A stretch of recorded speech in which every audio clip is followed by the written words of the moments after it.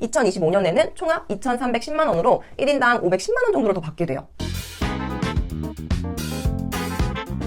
안녕하세요. 박간호사입니다. 벌써 10월이라니 올 한 해도 정말 빠르게 지나가고 있는 것 같아요. 2025년 정부 예산안이 발표되면서 출산 후 확대된 혜택들이 있어서 정리해봤는데요. 최근 9월에 육아지원 3법이 국회 본회의를 통과하면서 육아휴직기간 확대, 배우자 출산휴가기간 확대 등 확정된 반가운 소식들이 있어서 준비해봤어요. 아마 지금 임신 중 혹은 임신을 계획하고 계시다면 정말 궁금한 소식이지 않을까 싶어요. 올해와 중복되는 부분들은 조금 빠르게 말씀드리면서 지나가 볼게요. 혹시나 자세한 내용이 궁금하시다면 상단의 카드로 2024년 출산 혜택 영상을 달아둘 테니 참고하시면 좋을 것 같아요. 바로 시작해 볼게요.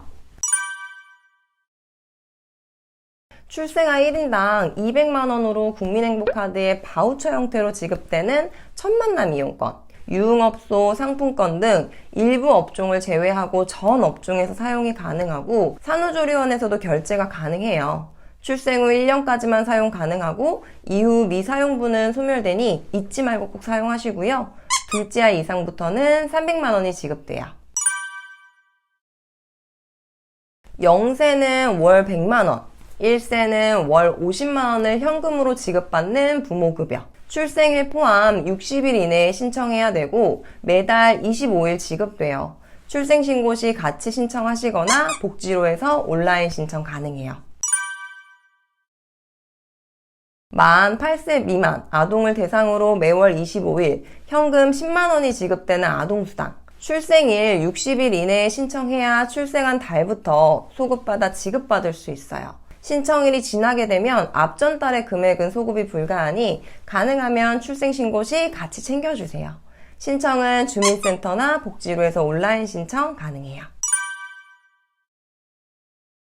부모가 각각 육아휴직을 3개월 이상 사용하는 경우와 한부모 혹은 중증장애 아동의 부모는 육아휴직을 1년에서 1년 6개월로 연장해서 사용할 수 있게 되었어요. 또한 분할 횟수가 2회에서 3회로 늘어남에 따라 필요에 따라 4번에 나누어 사용할 수 있게 돼요. 9월 26일 국회 본회의를 통과한 내용으로 국무회의를 거쳐 공포되고 나면 4개월 후인 2025년 2월 중순쯤에 시행될 것으로 예상하고 있어요. 법이 시행되고 난 후에 육아휴직을 1년 이미 사용하였거나 사용 중이더라도 육아휴직 기본 요건을 모두 충족하고 부모 모두 육아휴직을 3개월 이상 사용했거나 한부모 또는 중증 장애 아동의 부모인 경우 육아휴직 기간을 6개월 연장할 수 있어요.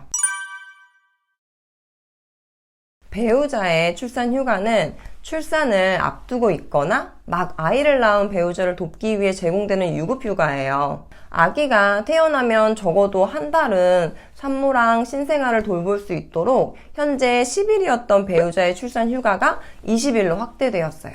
현재는 출산 후 90일 이내에 사용해야 됐지만 법 시행 후 120일 이내에 사용하도록 기한이 확대돼요.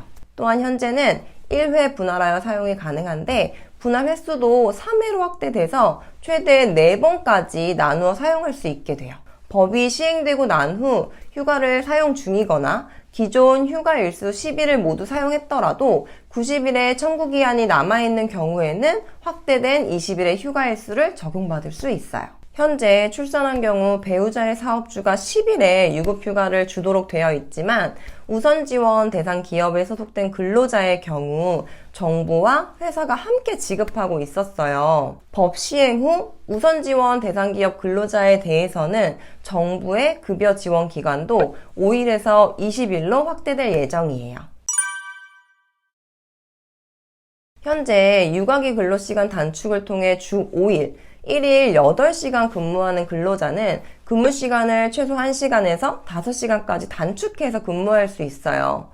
이 제도를 통해서 단축 후의 근로시간은 주당 15시간 이상 35시간 이하가 되어야 되고 근로시간 단축 사용기간은 육아휴직을 사용하지 않았을 경우 최대 2년까지 사용이 가능했었는데 이제 법령이 시행되고 나면 육아휴직 미사용 기간을 2배 가산해서 육아기 근로시간 단축에 사용할 수 있게 돼요. 육아휴직을 사용하지 않은 경우 육아기 근로시간 단축을 최대 3년까지 사용할 수 있게 되는 거죠. 또한 육아기 근로시간 단축 대상 자녀 연령을 8세에서 12세까지로 확대할 예정이에요. 그리고 현재는 최소 사용 기간이 3개월이었지만 이 또한 1개월로 단축을 해서 방학 등 단기적인 돌봄이 필요한 시기에 사용할 수 있도록 할 거라 맞벌이 부부에게 유용하게 사용될 수 있지 않을까 싶어요. 필요한 시기에 충분한 육아 시간을 보장하도록 육아휴직 급여를 월 100만 원 인상할 예정이에요. 다만 1에서 3개월까지는 250만 원, 4에서 6개월까지는 200만 원, 7에서 12개월까지는 160만 원으로 현재 1년 동안 월 150만 원씩 12개월 하면 1,800만 원을 받을 수 있었던 거를 2025년에는 총합 2,310만 원으로 1인당 510만 원 정도를 더 받게 돼요. 사실상 현재는 사후지급금을 떼고 육아휴직급여가 들어오기 때문에 상한액 150만 원을 매월 전부 받을 수는 없었는데 2025년부터는 사후지급금을 폐지해서 휴직기간 중 육아휴직급여 상한액을 전부 받을 수 있도록 할 계획이에요. 8월 국무회의에서 의결된 2025년 예산안 내용으로 국회 본회의와 심사를 거쳐 12월쯤 확정될 예정이에요. 그리고 이미 육아휴직을 개시한 경우 2025년 1월 1일 이후부터 사용되는 육아휴직 기간에 대해서 인상된 육아휴직 급여가 적용되는지에 대해서는 아직 검토 중이에요. 근데 이 부분이 적용이 된다고 하면 예를 들어 2024년 12월은 150, 2025년 1월은 250, 2월은 250 이런 식으로 진행될 걸로 예상이 돼요. 서울형 산후조리 경비는 산모가 임신과 출산 과정에서 겪는 정서적, 육체적 피로를 충분한 돌봄을 받으면서 빠르게 회복할 수 있도록 서울 거주 산모에게 출생아 1인당 100만 원 상당의 바우처를 지원하는 사업이에요. 신청일 기준 산모는 서울시에 거주하고 있고 자녀가 서울시에 출생 등록을 해야지 지원 대상이 되고 출산일로부터 60일 이내에 신청하면 돼요. 앞에도 말씀드렸지만 출생아 1인당 100만 원의 산후조리 경비가 바우처 형태로 지급이 되고 바우처 신청 시 등록한 카드사에 지급이 돼요. 그런데 바우처 신청 시 첫 만남 이용권이 지급되는 국민행복카드와 다른 카드로 신청받는 게 더 좋다고 하더라고요. 국민행복카드에 산후조리 경비 바우처를 받는 경우 카드사별 우선 순위에 따라 바우처 금액이 차감이 되기 때문에 본인이 계획한 대로 그 금액을 사용하지 못할 수 있어요. 그래서 가능하다면 소유하고 있는 다른 카드에 산후조리 경비 바우처를 받는 게 유리해요. 원래 산모 신생아 건강관리 서비스에 50만원, 산후조리 경비 서비스에 50만원 사용하도록 구분되어 있던 거를 통합해서 100만원 한도 내에서 자유롭게 이용하도록 확대되었어요. 50만원 사용 시 바우처를 통해 45만원, 본인이 5만원을 부담하게 되는 본인 부담금 요건이 있었는데 이 부분도 폐지되었어요. 산후도우미를 이용하는 데 사용하거나 의약품 및 건강식품 구매, 한약 조제, 산후운동, 마사지 등의 이용이 가능해요. 사용기한은 출생 후 1년으로 연장이 되었고 자녀 출생신고 후 서울 맘케어에서 온라인 신청하거나 주민센터에서 방문 신청도 가능해요.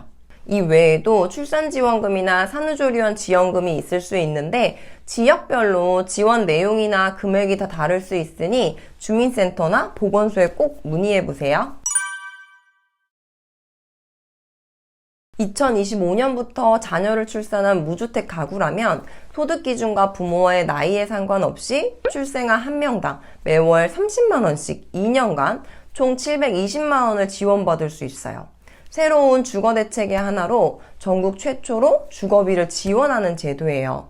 2025년 1월 1일 이후 출산 혹은 입양한 무주택 가구가 대상이 돼요. 다문화 가정이어도 부모 1명이 한국인이고 출생아가 한국 국적이면 지원이 가능해요. 다만 서울 소재 전세가 7억 원 이하, 월세 268만 원 이하의 임차여야지 가능하고 SH, LH, 공공임대주택 입주자는 제외돼요. 신청 시기는 자녀 출생 혹은 입양일로부터 6개월 내에 몽땅 정보 맞는 키 홈페이지에서 신청이 가능하니 꼭 확인해보세요. 자, 제가 정리한 건 여기까지. 2025년도에도 많은 부분에서 출산 혜택이 확대되고 있는 것 같기는 해요. 다만 지역마다 조금씩 다른 혜택들도 있어 모든 혜택들이 전국적으로 진행되면 좋겠다는 생각이 들더라고요. 날씨가 갑자기 쌀쌀해져서 정말 감기 걸리기 쉽겠더라고요. 항상 건강관리 잘 하시고요. 오늘의 영상도 도움이 되셨길 바라면서 구독과 좋아요 부탁드리고요. 오늘도 여기까지 봐주셔서 감사합니다.